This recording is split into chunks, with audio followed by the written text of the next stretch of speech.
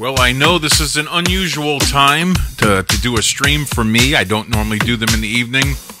And I probably stepped on a lot of friends. One of them is Field of Bears, and I really, really apologize for that. So, yeah. There is no other way to do this, so this is how it had to be done. So hopefully we won't have any lagging issues, and I wanted to start early because in 6 minutes, News Now Houston will be calling in. So let's go ahead and switch the cameras, and we're going to slowly roll back the music.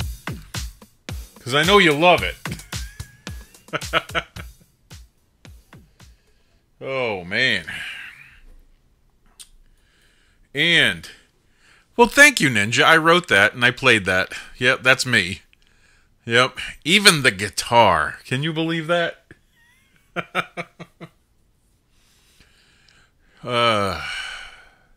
Thank you, B. West. So glad you could do that. God, I'm so excited about this. We'll start off with, with the interview, of course, at 8 o'clock. And then we'll probably switch to the open phone lines then. Oh, you'd buy it, Ninja? Okay, well, thanks. Well, I'm an 80s child, so that's, I graduated in 85. So all the music I write still sounds like it's from the 80s. What are you going to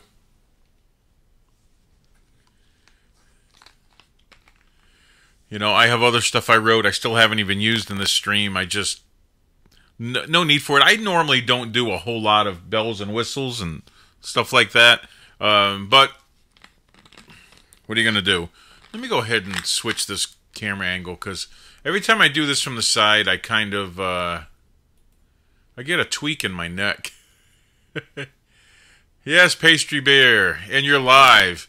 Oh, geez, you can see the messy snake room behind me. Yes, those are all the snakes behind me. Yes. Hi, Dom. Stopping in to say hi? Well, I'm supposed to get my phone call in about 4 minutes now, so... Yeah, I understand, man. I know what it's like.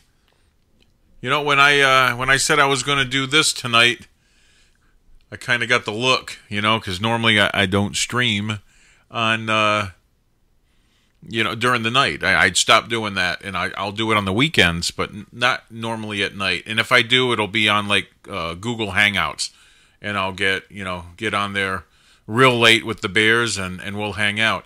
What's really going to be interesting, and I talked to News Now Houston about it, is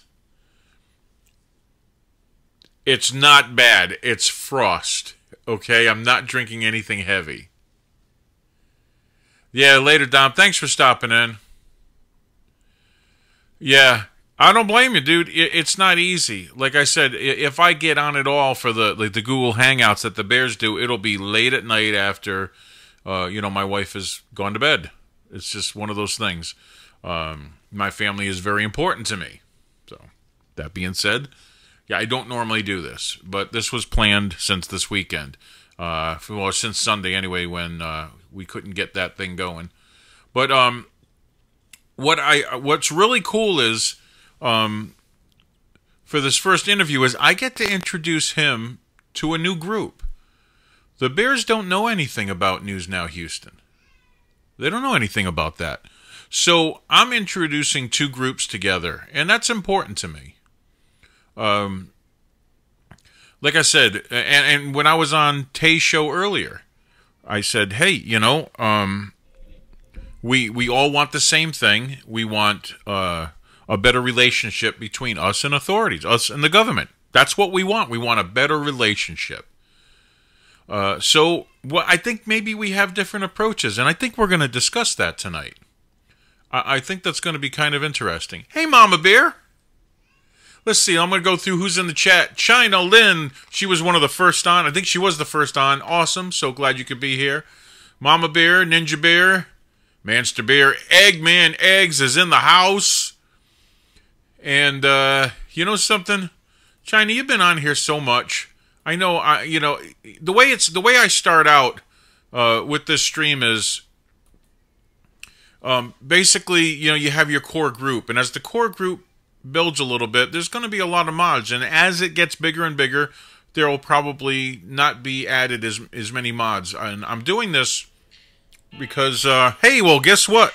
Hold on a second, because we have a phone call coming in. Hello? Can you hear me? Uh-oh. Hold on a second. I think I may have actually hung up on him by accident. I hit this. I swiped it to answer it. Let's see. Hold on here. I hope he doesn't freak out on me and get upset. Hold on. Let's see. Yeah. So, let's go ahead and try that again.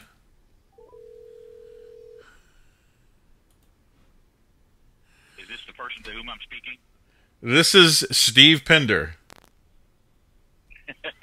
Yeah, I'm sorry. I went to answer the first time, and I accidentally hung up on you, brother. You kicked me to voicemail. I was like, what's up with that? Oh, man, it's like, I just get on this guy's show, and he's a hater already. What's up with that? So, for everybody out there, this is News Now Houston. You guys, if you haven't had a chance, go to his YouTube channel. Just type in News Now Houston, and you will find it. What I'm really excited about this, and this is the reason why, I get to introduce you to a brand new group of people. A group that probably doesn't know who you are, but I think we have the same thing in common. And I come from a group, we call ourselves the Unbearables. So we all have bear names, okay? And yeah, we call ourselves the Unbearables, and we are an absolute First and Second Amendment right advocates. We go out and we demonstrate it. We do it mostly on media, and it's the language that we're mostly fighting for, the language of the First Amendment, and not to be censored. So I think we have that much in common, and I'm really excited to introduce you to this group. And a lot of the people, the activists and auditors that are in the chat room, these guys already know who you are. So I would like if you actually went back, introduced yourself, and tell everybody how you actually got started in all of this. Oh, man. Long time ago in a galaxy far away. Now, I have done photography in public for years. It's a kind of a hobby. I used to sell stuff to media outlets sometimes. So I used to see these guys on YouTube get in trouble for taking pictures, and I always laughed and figured that, they did out the part where they were provoking it. I just figured it was creative editing. And then one day it happened to me. And that's really what got me started. You can look at the video. It's in LaPorte, Texas. Okay. It's the police department there is what got me started. Just taking pictures of a sign in front of the police station. Wasn't even on their property, and ended up getting arrested. They tried to charge me with failure to ID. Of course, in Texas, our ID law is very liberal. You only have to identify yourself if you've been arrested. And being arrested for failure to ID is not a valid charge. So it was an interesting time. Okay. So, but before that, you really did you have any interaction with the law before that, or was this the main thing that kind of set you off? Now that's what set me off to do this. Okay. So now you said you saw other people that were basically photographers and videographers that were dealing with the same thing. I was actually under the belief that you were actually one of the first to do this. Am I correct in saying that, like, the whole term auditor, cop blocker, and things like that, who came up with that? Was that before you, or did you or people after you come up with that? Well, cop block is something completely different. Okay. That is a group of people that are kind of believe in decentralized government and don't believe we need police and that sort of thing. I'm not one of those guys. Okay. I actually believe we do need police, but we need honest, professional law enforcement officers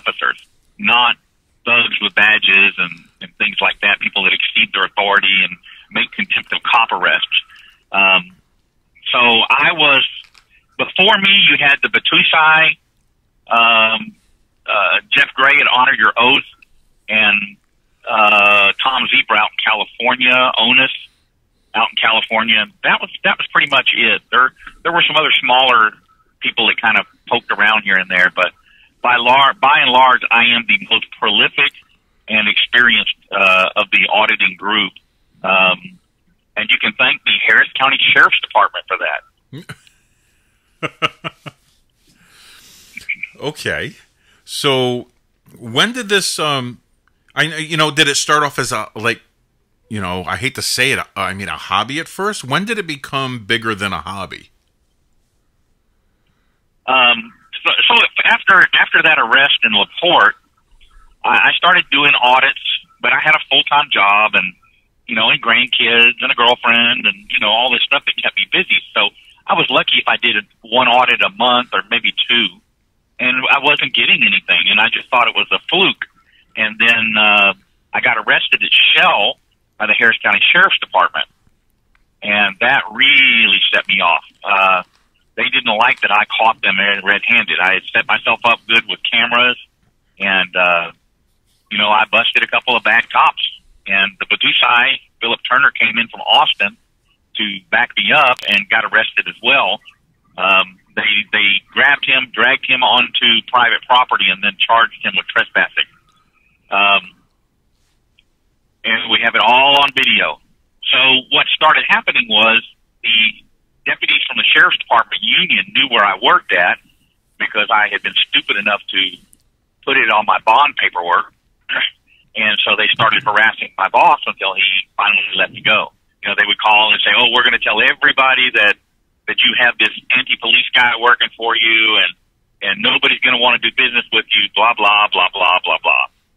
And so when I say, you can thank the Harris County Sheriff's Department for who and what I am, that's what I mean. I am their karma. They created me because I figured, well, if I can't work, they're going to make me lose my job, then I'm just going to do this full time. And that's how it led to being what it is. Okay. So now do you have, since then you said that we need police officers. Do you have some police officers that you have a good relationship with and they understand you? Absolutely. There are some good departments out there. I can show you some good departments out there. LaPorte, where I was first arrested, forced the sergeant that was there. They should have fired him, I thought, but they said they didn't have an egregious enough violation to fire him, but they did force him to retire. Oh. The chief there said that it was obvious that it was a contempt of cop arrest, and he wasn't going to have that in his department. He wasn't going to have that kind of attitude and things going on, and he means it. I have nothing but respect for that chief. Okay, so now with that in mind, what in your opinion, because I've seen a lot of videos, and we talked a little bit, a little bit of my background. I'm good friends with some police officers, actually quite a few of them actually. Because of my martial arts training, I've had the advantage of training some and training with some and also being trained by some. So I guess I've seen, and like I said, a little bit of my background. I've seen the best and the absolute worst of police officers. What differentiates what you do with maybe some of the other auditors that are out there? And I say this because there seems to be some auditors out there. Do you think some auditors go too far? Do you think they go too far to create an incident, whereas you might be a little more laid back on that and maybe not so forceful to create an incident? Well, the thing is this, okay? If you've got a bully that you're dealing with, yes, you don't have to be mean and cuss and be stupid with them. A bully is going to be a bully no matter what. Yeah. And, unfortunately, we've had a lot of people that have come into the movement that are really only interested in views and confrontations. Now, I'm not interested in confrontations. I will react to a confrontation if it comes to that, but I don't go out and actively seek it. I just go out, I take my pictures, and you know, hopefully, and I hope that I get left alone. If you look on my channel, you'll find a lot of good interactions with law enforcement. Okay. I post the good and the bad, and I do that, you know, because it's fair. You know, a lot of the other guys, they don't do that. They just want the negative interactions because they want the views and the notoriety. And I think that's an injustice to the good guys that are out there. I think that's wrong. I don't think it's the right way to do things. Yeah, and you know, my impression of this, and like I said, I have just really started to talk with a lot of you guys over the past few months now, and I've been looking into it, and I have to say, because I don't take a lot of things at face value. I try to look at things and analyze things myself, and I mean, I see that there's a problem. And I just look for maybe I think I see a different. My approach to for a solution might be a little different because, like I said, we've talked about this. I think my understanding of what a bully is, and because I've been in martial arts for almost 40 years now, I've dealt with it. I can identify it. I mean, I can see, and we talked about this. I can see someone walking up to me, and by their command presence or lack thereof, it's going to determine to me right away whether this is going to be a live wire or not. And I watch it on the tapes, and, you know, 5 police officers walk at you at different times. I'm looking at them going, no, yes, for that one. And you can see it. But with my training, what I'm saying, I think I've come to the conclusion that police officers that lack physical ability to handle themselves and carry themselves are more apt to aggression via verbally and taser, gun, pepper spray, whatever. Is that the experience that you're having? You know, I don't think that's I don't want to discount that 100% because there is some truth to it. Mm-hmm. But you know, more than anything else, I find that it's just personality. Yeah. You know, some people are meant to be in law enforcement, and some people just absolutely 100% are not. I absolutely agree with you. Yes. Yeah. It takes a certain person. Unfortunately, once they're in, you know, they're in the brotherhood. You can't get rid of them. Well, I mean, they're protected. Yeah, I've seen some not make it and get washed out. But at the same time, yeah, there's some that don't seem to go away. Okay, so I can agree with that. There is a mentality, and I've learned this, and I'll tell you a story. And it happened in an area near here, where a police officer had just gone to a scene, and basically I basically cleaned up a teenager off the road. And I say that it was a mess. It was covered all over in what was left of this child. His mother was in critical condition. The child didn't make it. The police officer had a ride-along with him. The ride-along happened to be an auditor that wanted to do a ride-along. Now, the police officer, of course, after that had to go to the house of the grandparents and tell them that, yes, your grandson is now gone, and your daughter is in somewhat critical condition. And those house calls are terrible. Now, right after that, of course, they went to take a break, and they're sitting down and they're having, you know, their shift had been so long. He'd actually been with him for almost 12 hours, I think, at the time. And I guess this guy's friend, who was an auditor, came in there and started getting into the police officer's face, and things got a little crazy. And what I think might be a problem is sometimes, I mean, a police officer has to deal with situations like that, and he has to have the mindset to completely shut it off for the next one, so he's not taking a bad call into the next one. And I think what I'm seeing sometimes in these videos, and please correct me if you think I'm wrong, I think maybe that might be happening. These guys might be having one of those days where they just came from a call like that, and then they have something seemingly innocent, and it just sets them off. Now, I'm not saying that's a good thing, but what I'm saying is that might be a human thing. And like, again, I'm not trying to excuse either side or bolster either side of this. What I'm trying to do is I'm trying to find And I don't think it's just one answer. I think it may be more than just one answer, of course. You might have just bad people. You might have not well-trained officers, or just a clash of egos, a clash of personalities. What do you think? I think it's a combination thereof. Everybody has bad days, and a lot of people fail to realize that, police officers are human. But having said that, there's one issue with a police officer having a bad day. He's got a gun and he can kill you and get away with it. So, do they have the right to have a bad day? Absolutely. But they have to learn how to handle that bad day in a manner that's not intrusive on other people's safety and lives and stuff. Understood. Yeah, I agree that. Yeah, you can't have a bad day when your hand's on the trigger. I understand that. Yeah. Right. Yeah. So, have you had an incident where a police officer had said, "Hey, man, I'm not having a good day. Would you just get out of my face?" Have you ever had one of those? Well, I don't.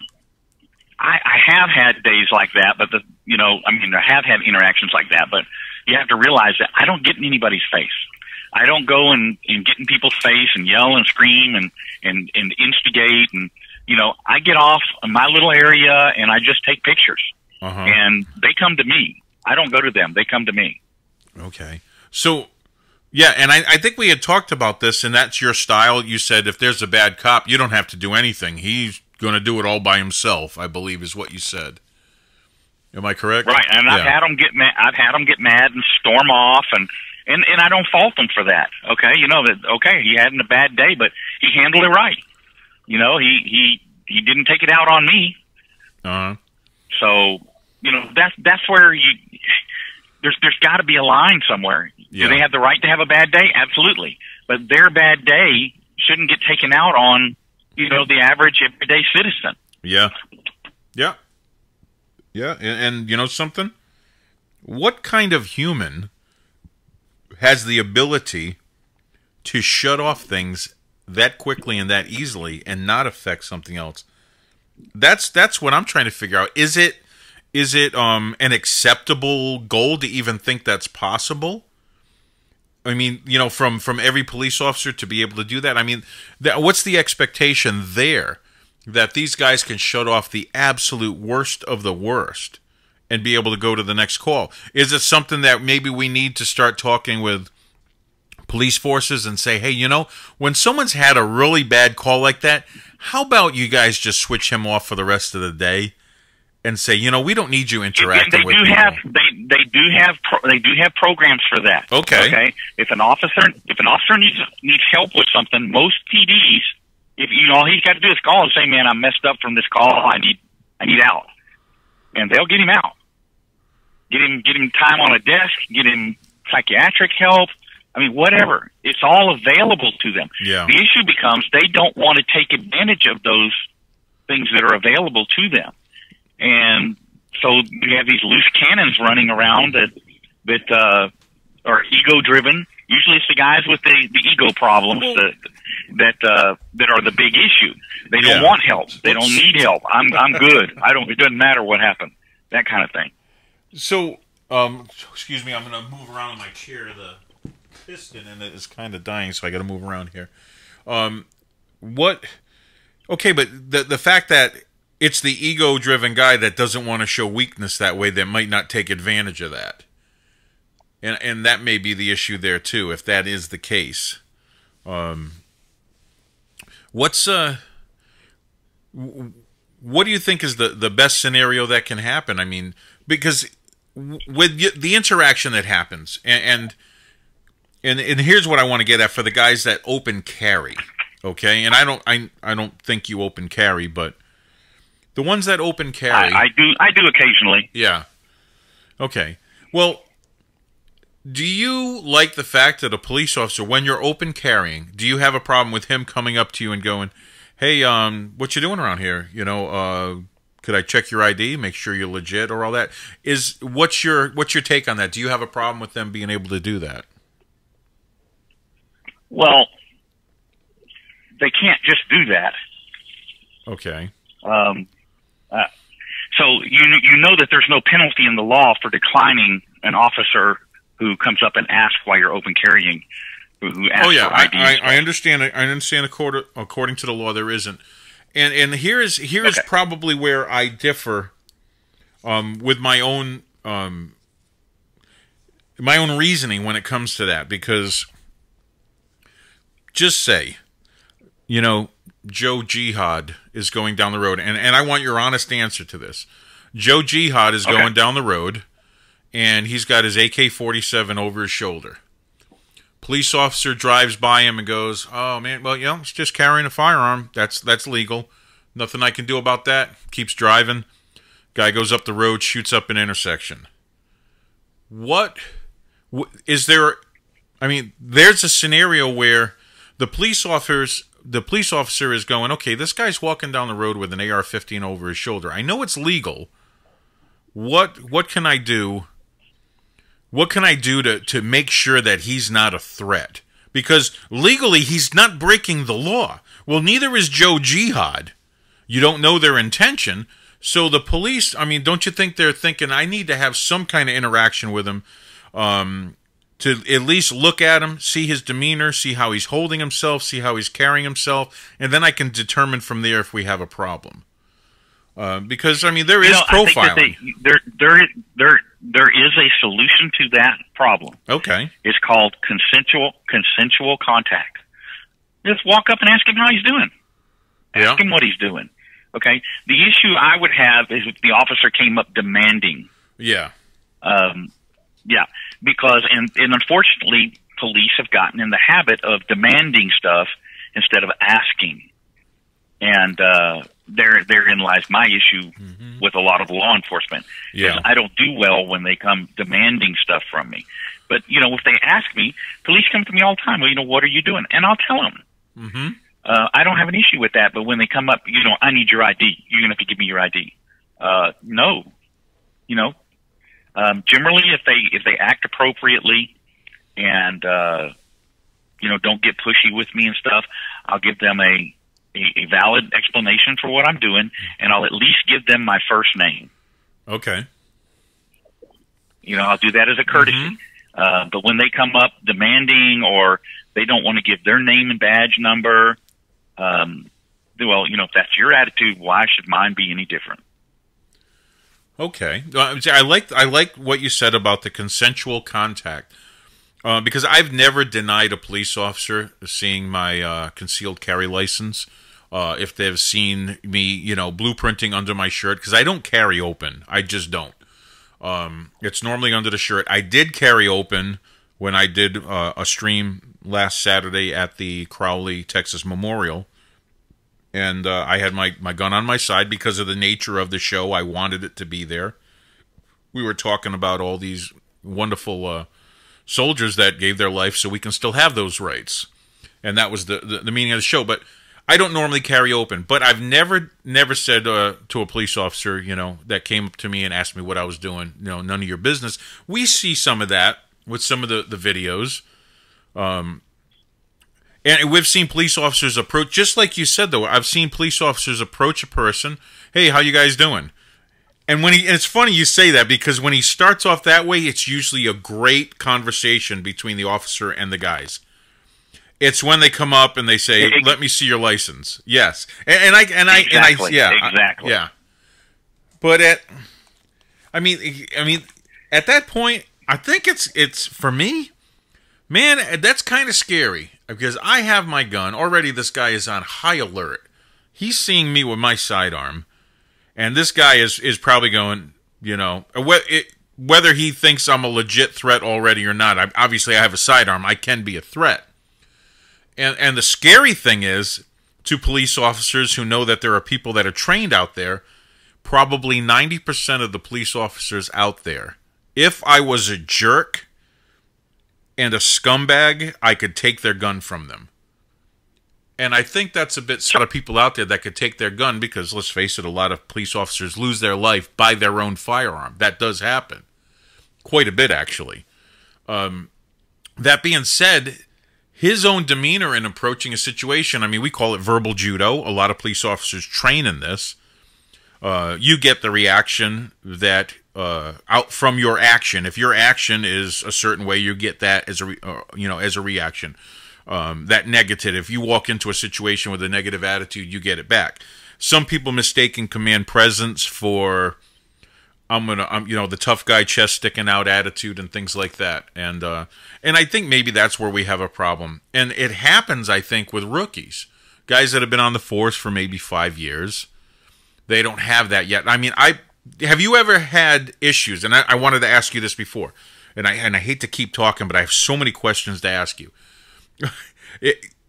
Have you ever had a problem with a veteran police officer, not a rookie, say in his first 5 years, but a veteran police officer that's between 15 and 20 years? Have you had bad interactions with those guys? Yes, I've had the interactions, and probably 90% are more favorable than the younger guys. Yeah. And it's because these guys have been around for a while. They don't want to get sued. They don't want to do paperwork if they don't have to. They don't want to be accused of infringing on people's rights. Mm-hmm. They just want to do their job as best they can. And as long as there's nothing, egregious going on, they're going to resolve it as peacefully and as quickly as possible and get out of the situation and get away. And it is exactly how it should be handled. The young guys, well, you already know what it is. They get the God complex, and they just cannot overcome it. Unfortunately, what it used to be when you came into law enforcement, you would spend months or even your first year riding with a veteran. Mm-hmm. And that was so that the veteran's attitude would rub off on you. You would get that experience. Yeah. And now they don't. Now that's very, very rare. The constables, for instance, here in Texas or down in my area, they get the community college training to get their peace officer's license. Yeah. And then they'll go to work for one of the constables departments. They get 8 hours of training in the vehicle with somebody, and then they're turned loose. That's it. Wow. And so it's no wonder I have so many issues with constables. I mean, they have no clue what they're doing. Absolutely none. I've been tortured by them with handcuffs so that they could fingerprint me. On the street, they had these portable AFIS machines. Okay. And so this constable wanted to know who I was. I declined. He handcuffed me and brought out the AFIS. Well, I saw it coming, so I balled my hands up in a fist so he couldn't print me. So he squeezed the handcuffs. They weren't double locked. He squeezed them until I was in so much pain that I opened my hand so that he could print me. That was Precinct 6 constables here in Harris County. Terry frisk, these guys are clueless about what a Terry frisk is. They'll come up to you, they'll go in your pockets without even detaining you. They just walk up and do like this is a stop and frisk state. Mm-hmm. They just come up to you, start patting you down, going in your pockets. Don't tell you anything. That's Precinct 8 constables. And, my internal affairs complaints, when I make complaints on these, the constable internal affairs, it's Terry frisk, he can do that. No, he can't. Go back and read Terry v. Ohio. Unless he detains me, he doesn't get to put hands on me. Unless he actually has caused even an investigative detention. If he has no cause for at least an investigative detention, he doesn't get to touch me. Yeah. But they're clueless, absolutely clueless about it. So, when you said that about riding with a veteran, it's kind of the same thing as a karate student and teacher. The famous line is actually true from the Karate Kid, where it says, "No such thing as bad student, only bad teacher."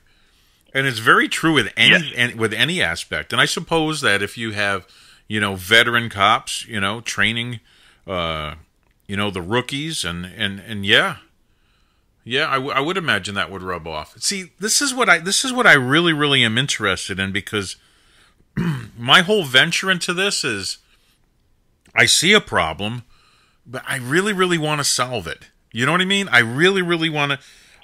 I have a lot of experience being a former lobbyist. I was a Second Amendment lobbyist in the Northeast. I have a lot of experience dealing with basically laws and how they're written and working with legislators. I taught U.S. Constitution in college in Nevada for a year when I was out there, and I understand the Constitution, very well. And I'm looking at this, and I'm going, there's got to be a way to maybe influence how things are done, how things are basically taught, how the police officers are trained. I think they need more physical combat training. That's me personally, and I have my reasons for saying that, and I have some examples that could probably back it up very well. But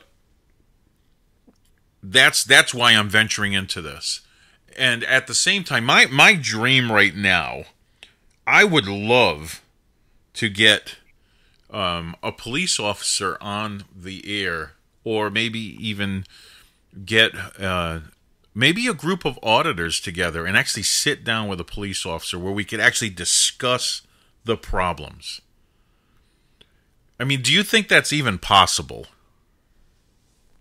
Well, I mean, it depends on the auditors. I mean, I can sit down and have a civil conversation, but some of these auditors just will go into this, rant and raving and the sovereign citizen stuff, and it's unnecessary. If you can't have a conversation, how can you find a solution to a problem? And honestly, there are police departments. The attitude in the past has been, we figure it out ourselves. You don't understand what we do. We figure it out ourselves. And that was exactly the wrong attitude. That's part of the broken windows policing attitude. Yep. The community policing attitude is, tell us, give us your input. And I'm finding that more and more now as police departments are realizing that broken windows policing has driven a wedge between the community and the police. And, because they're just seen as thugs and gangsters and, gang members instead of the guy that's here to help us. And so, in the 90s, in the early 2000s, there was a huge shift to broken windows policing. Especially in places like New York City. And it did nothing but destroy communities and their relationship with their, not just the police, but the government. And more and more police officers who have been coming up through the ranks have seen the issues, have been talking about them for a while, and they've started to create this shift back to community policing. We've really seen that in the last 7 or 8 years. Yeah. And it's a great thing. It's a great thing. I have departments that I have been to and given seminars. And, they've asked me and invited me in because they want to know, so what are we doing wrong? And I'll go in and tell them, say, you know what? Don't look at what you're doing wrong. Look at what you're doing right. Yeah. And then everything else needs improvement. And, one of the best things I can tell you is interpersonal skills. You've got to be able to talk to people. You're talking about command presence. Yes. There is a time for command presence.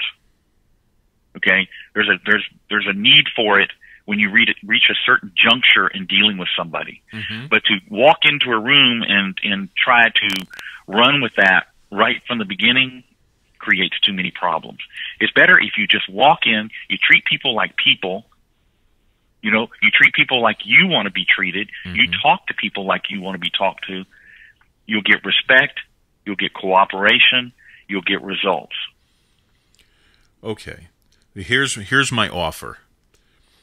I think, because I have enough police officer friends, and some that actually work and they actually deal with how the laws that are written. They help these laws be written.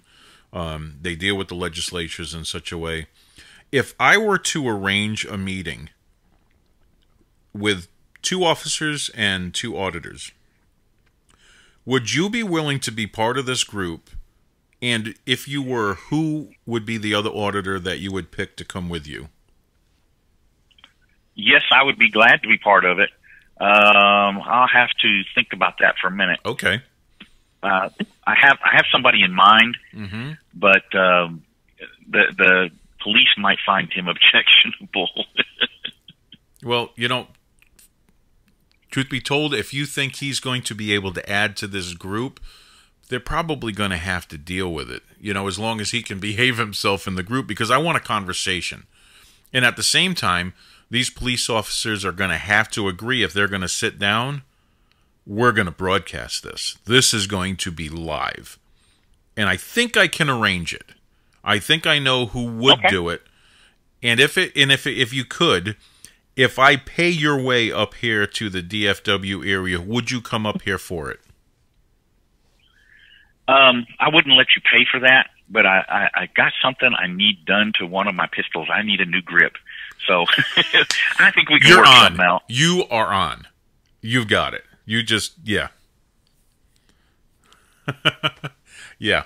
That's a wonderfully fair trade there. Yes.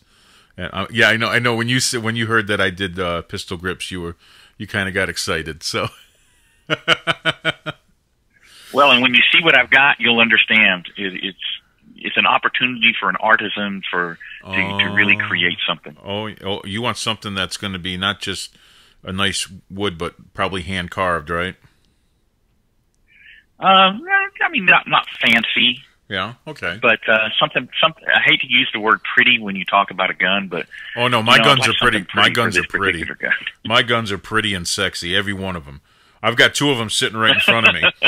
I got my 1911, which has mammoth tusk inlays in it, along with a boar's tooth and the grips, and I have my my Ruger Volcaro long Colt, and that's got maple grips with a couple of inlays in it.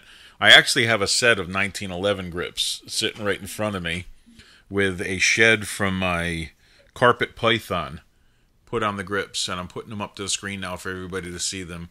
That's an actual grip from, and I'm going to switch camera views really quick, from the snake that is directly over my left shoulder. It's that sitting right there over my left shoulder in that tank. That's the snake I'm talking about. This shed came from them, and I had it epoxied on the set of grips. I'm just showing off. I'm sorry. All right. But I'm getting absolutely excited thinking that I might be able to do this, because, like I said, if we can establish some kind of communication group, because I think we're having a problem with now. If you're on the side of blue, and you're a blue line, thin blue line advocate, kind of, there's nothing that people, most of the time, there's nothing that people are going to say that are going to pull them into a critical thinking in the middle and go, hey, there might be a problem on both sides. No, it's going to be police never do anything wrong. And then they look at the auditors and they look at these tapes and they go, and the videos, and they go, oh, they're just jerks. And then, of course, the other point of view is if you're, and I've seen them in the groups, guys that are just like all cops are this, and that, and there's no such thing as a good cop. And I think there's this separation that if we can open up communication, we might be able to fix some of this. And like I said, the greatest thing that could happen would be for us to be able to walk down the street, have police officers come up to us and say, hi, how are you doing? Hey, have a great day. You guys doing okay? Yeah. And we had more of those kind of interactions. I mean, I like to do that. I go out of my way to say hello to a cop when I see him. I just go out of my way to say, hey, how you doing, officer? That's me. I've had good interactions. And like I said, I've told some people about the background with my friends and all that, and I'm not going, and I've revealed a little bit of that, but because I have a whole 2-hour show that I'm putting together in presentation with the family members or the family members that are still left, and the parts of the pit crew, that were involved with this bad police officer. I talk more about it, but that's the show I'm putting together, and it's going to have a lot of stuff, and it's really hard for me to do it because I have to go to that place where I remember all this. But I'm regressing a little bit here. So, I put that together and I went off on a rabbit trail there, and I kind of lost my my train of thought. So I apologize. Every time I get on that subject, that's all right. It kind of. I would love for you to put something like that together. I would love to participate in that. I think it's great. Anytime you can have the lines of communication open, Mm-hmm. You can affect change. You can educate. And that's really what I'm trying to do. I'm not out here to cause, believe it or not, it sounds bad when I say this because everybody thinks I'm just out here to cause trouble. I'm not out here to cause trouble. I'm out here to eliminate bad police officers, mm-hmm. identify bad training, and educate police and the public about their rights. Yeah. It's that simple. That's it. The fact that I uncover so many bad police officers is just indicative of the issues within the system itself. Well, I'd like to stay in touch with you also at the same time until I can, get this fully established. I really want you to be a part of this because I think you're level-headed enough to be able to speak into this. Because if we can start somewhere, get a core group and then build it from there and have these officers take what we talk to them about, leave, and go back and say, hey, I have 2 auditors over here that are really want to make this thing, maybe they're not seeing this, clearly just the same. They're like, hey, we have these 2 that want to make a change and they're not being jerks about it like we've heard or we've had experiences with. And if we can build it from there and then maybe we can fix this. I mean, wouldn't it be great if you didn't have to do that anymore to make a living? I mean, if it ever got to the point where it was like that, I'd be making sailing videos instead of police accountability videos. Yeah, I'd like to do that with you. I like sailing. I haven't done that since I lived in the Northeast. Oh, I've got a big sailboat. Oh, and you're near the ocean too, so. Or, I'm right on Galveston Bay. Oh, right on Galveston man. Bay. Next time I'm in the area, because I come down to that area a lot, because my wife and I like to go into Houston, see the zoo, and then we go to to Galveston Island after. Next time I'm in the area, I definitely want to sit down, and maybe we can do a stream together down there. How's that sound? Sure. Okay. Sure. Just let me know when. Awesome. Well, man, I thank you so much for being on this, and I'm going to stay in touch with you, and man, I'm excited because I think I can make this happen. I really do. And you think about the other person that you want to bring into this group.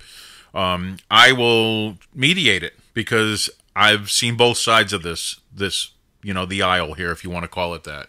And I think I would make a good mediator. Well, we have an auditor. I used to work in law enforcement. I don't know if I mentioned that or not, but no, I worked in federal law enforcement for a time. Okay. We have another auditor here in Texas that was a deputy for a sheriff's department out in West Texas. Okay. And he's the one I'm thinking of, but man, he's I know who you're talking about. He's good. He's good with good cops, but man, if you run up on a bad cop, he is awful. I've seen the videos, yeah. And I've actually had some, when I first started investigating this and looking into this, going, hey man, is there really something to this? I saw some of his videos and I left some comments on them, I have to tell you. And it's funny, it went from leaving those terrible comments to, hey, here's a few dollars. So yeah. Yeah, so yeah, it's kind of funny. I mean, Yeah. You see it for what it is. Wait till you see. I'm gonna do a little reveal here. I'm gonna give you a scoop. So we're talking about Jack Miller, Texas Sheepdog 72. Yeah. He got swatted. He got swatted last week. Yeah, I heard. Yeah. You heard? Okay. So Leon Valley Police Department. He went in and made a complaint. He never went beyond the security checkpoint. He was not armed. They wrote up a warrant for his arrest saying he was armed in a courtroom, came to his house, and, the warrant specified they were to seize one black Glock. Well, he doesn't own a black Glock, but they seized every weapon he has, every camera he has. I mean, they even took the modem off his computer. Wow. Took his computers, his modem, just anything they could, went and searched his car, took his dash cam, and it's strictly retaliatory. They charged him with a felony. And, the videos and stuff on that will be out Monday at 8 a.m. Okay. But we're fixing to. Leon Valley is one of those police departments that thinks they're above the law. Yeah. They're fixing to get shown. Wow. Well, that would be really interesting because I mean he's got a reputation of being effective, but I can see where you say that they might not be too happy about that. But I'm telling you, I think I can arrange this meeting.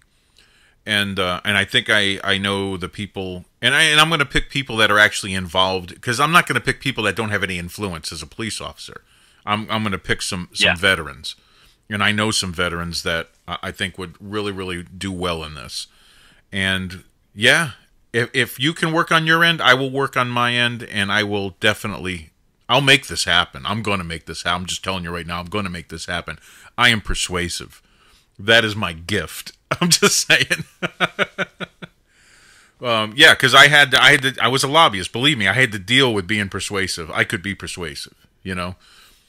So that being said, I'm gonna let you go, and thank you so much for being on this show. I really appreciate it, and taking the time out to come in here, and I'm introducing you to a new group of people. And I'm really excited about that, and I'm introducing a new group of people to you. So, guys, remember, go to News Now Houston on YouTube, check out his videos, and subscribe to him. Definitely. Okay? Well, sir, you have yourself a wonderful evening.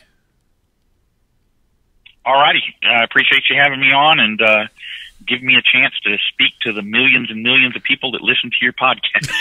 You said no. No. Now, maybe years ago when I was doing sports radio, yeah, they liked hearing me scream from ringside. Yeah, maybe there was a lot of people then, but no, not anymore. So, but I have a group of unbearables, is what we call ourselves, and they're just a great group of First Amendment and Second Amendment. And basically, they're libertarians. They are constitutional junkies. And they're purists. And that's what we want. And I think we can work together on this. Okay? You have a great evening again, and God bless.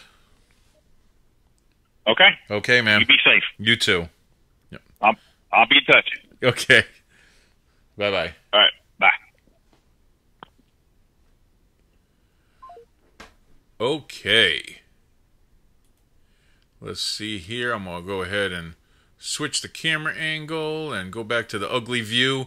How's everybody doing? And tell me, how did you guys like that interview? I'm excited. Man, I really have a good feeling about this, that we may be able to start something and really help, help change this, because I'm passionate about this. I hate misconceptions. I hate it when someone thinks, bad of a certain group based on the actions of a few. So I really am looking forward to this. And I get all my bears in here. Hi, Jer. Hi, Boulder. Hi, Mr. Nicktown. Hi, Eggman Eggs.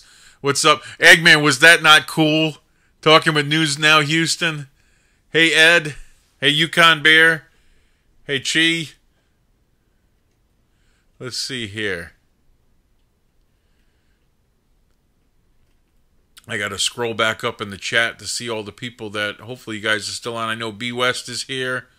I hope, how's the quality of the stream? Is there a big lag on the sound versus my lips moving? Do I look like a bad Chinese movie? Hey, David. Yeah, you're going to have to go back and listen to that interview. I'm pretty stoked about that. Now, I don't know who else is on. Hey guys, how many thumbs down do I have so far? Do I have any thumbs down? There was some lag? Yeah. Well, if it's too bad, I have a recording of this. If it's too bad. So if it's too bad, I will go ahead and just upload the good recording. Okay. Some lag, not bad. Okay. I have 0 thumbs down? Are you kidding me? What the hell? I did a stream earlier today. I got 10 thumbs down. You'd think I would get a little more flack than that. Counted as 1 now. Thank you, Coder. Hey, Andrew. Oh, I'm glad everybody enjoyed it, man. I'm telling you, I love doing interviews. I did interviews. It's a little different when they're not sports interviews, I have to tell you. A little different.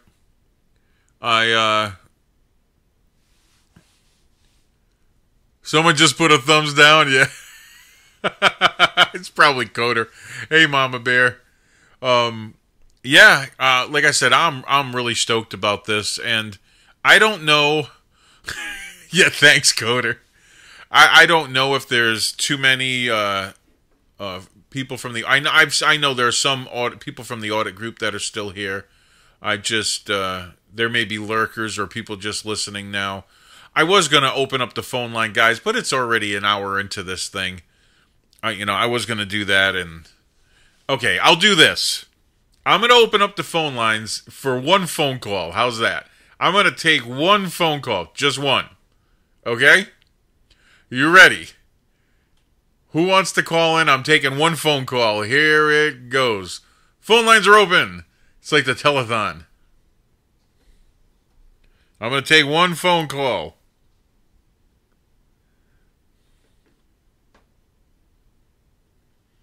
One phone call. 20 ups and 2 down. Okay. Not as good as earlier today. Okay.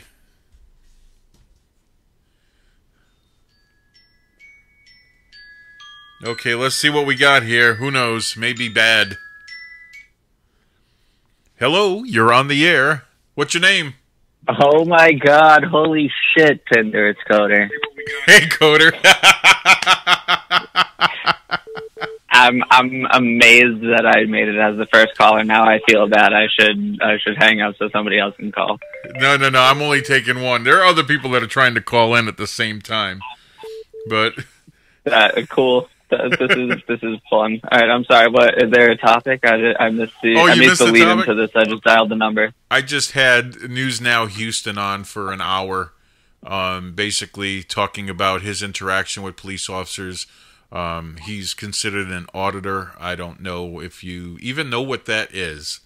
So, but I don't. basically, they're the ones that go out, and most of them are videographers and stuff like that. And basically, they have, there's good interactions where the police aren't hassling them, and then of course you have sometimes when they are hassling them. So we've seen some where you see them getting dragged away, and you're wondering why. So I mean, it's hard to tell from a lot of the videos, but it happens. So that's what he is. Yeah, and that's what he's. sure. That's what he's well known for. He's one of the first. So yeah. So one of the things that I was very surprised about reading recently is there's a so like if a cop wears a body cam, right? Yeah. Should you, if you were involved in an interaction between like a civilian and a police officer, but in a public area, should you be able to request access to their body cam footage? You can. Any body cam information. But that can be denied, and like it has been recently, and that was very surprising to me because I didn't think it could be. If you're involved in that case, I mean, it's all public information. Well, it depends. It also depends too on the type of crime. I mean, if there's a shooting, that stuff will get released to when at the appropriate time. I mean, they're not going to release. Well, right. I mean, so there's like a level of privacy for like protecting an active case or anything that. I mean, but also, like there was a person who was involved in an interaction and regarding their own case went to make I think it was even like a Freedom of Information Act request to their local government, and they were denied. Well, and like I didn't think that could happen, but like it can. Yeah, if it's a case that's with them, it's open. If their lawyer can request that, and the police really can't deny them access if they're in the middle of litigation, they can't be denied that. And if they did, well, it's not going to be denied for long. Now, if there's no case, if the case is closed or whatever, and it was never even needed to have the video, and he just says, "Hey, I want the video," I'm not sure. The Freedom of Information Act says you should be able to. I know for a fact that if you're on the street and a police officer comes up and takes a picture of you for whatever reason, you can say, I want his badge number and I want a copy of that photograph because he's on the clock. Well, yeah, absolutely. Yeah. So I know that.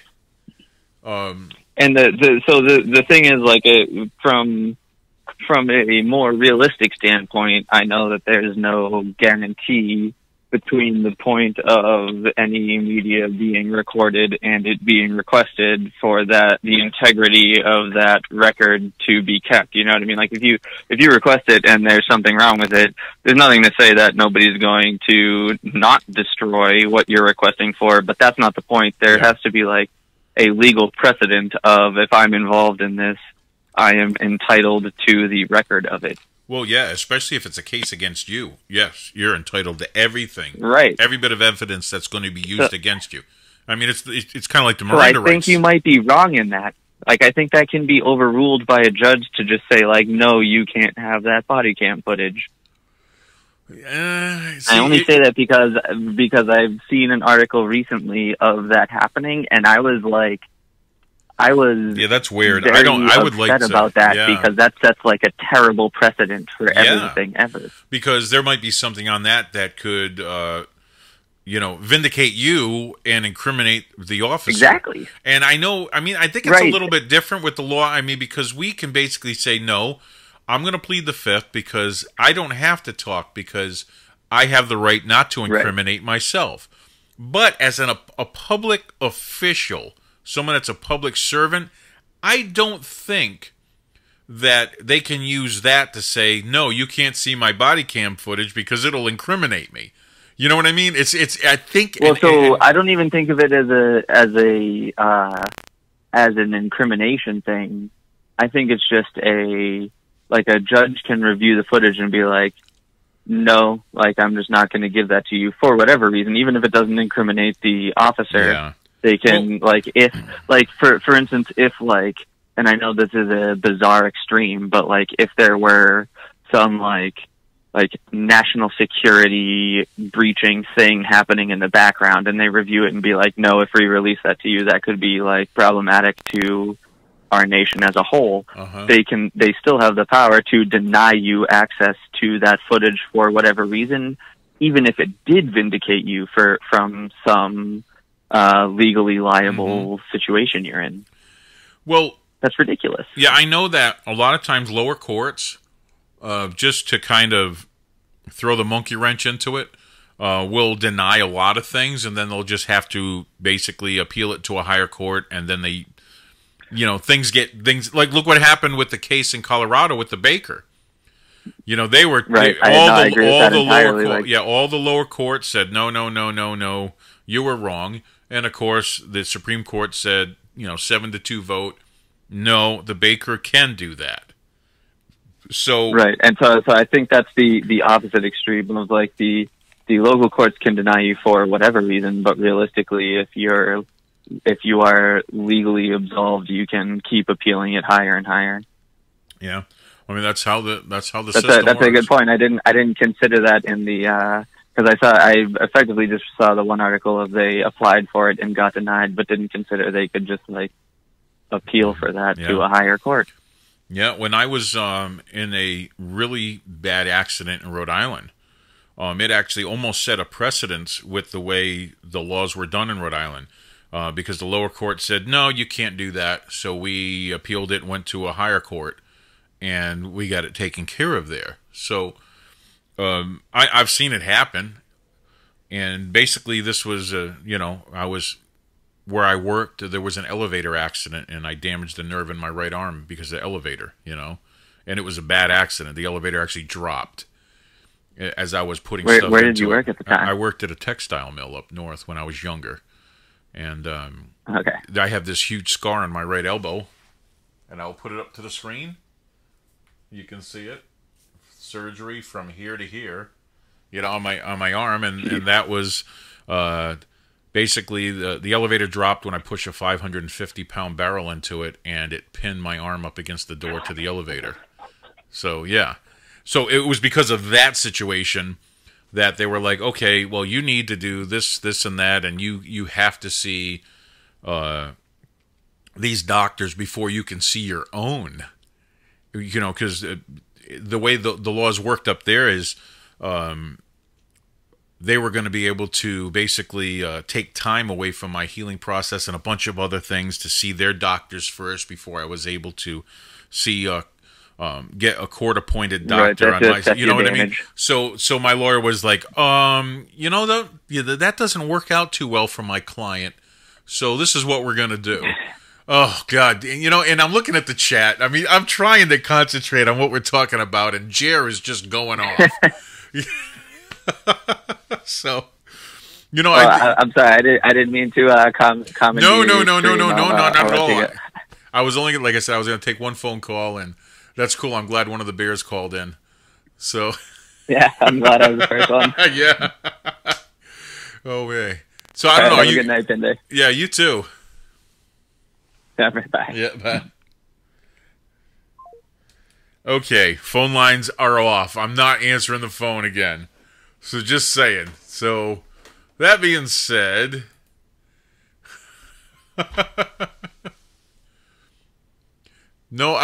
Oh God, Eggman, no, I have not worked on a whaling vessel. Oh, I'm just going to shut my mouth. I've been in the water with a pilot whale before, but that was when I was, really, Coder. Yeah, Mr. Nicktown, wasn't Coder a great caller? That was awesome. Oh my God. Hey guys. We are going to shut this thing down. I don't know if you guys are going to do a hangout after. If you do, give me a holler.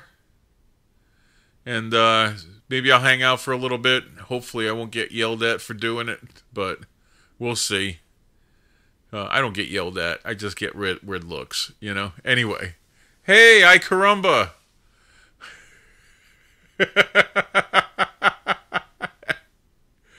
Dude, have you been on the whole time lurking, caramba? Or have I just not seen you? Okay. Guys? You guys take care? Yeah, well, now that I've got I bought an extra phone line, okay? So now that I got the extra phone line, yeah, I can take calls. Yeah.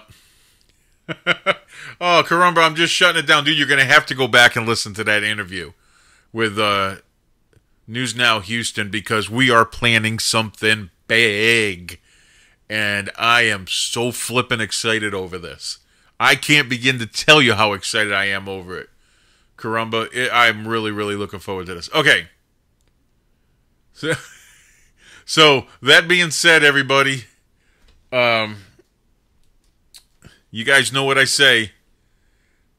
Remember, always be armed if you can legally. Of course, you don't want to be illegally armed. And make sure that you are licensed and that you have training. I'm going through my whole spiel. This is what I do. Get used to it.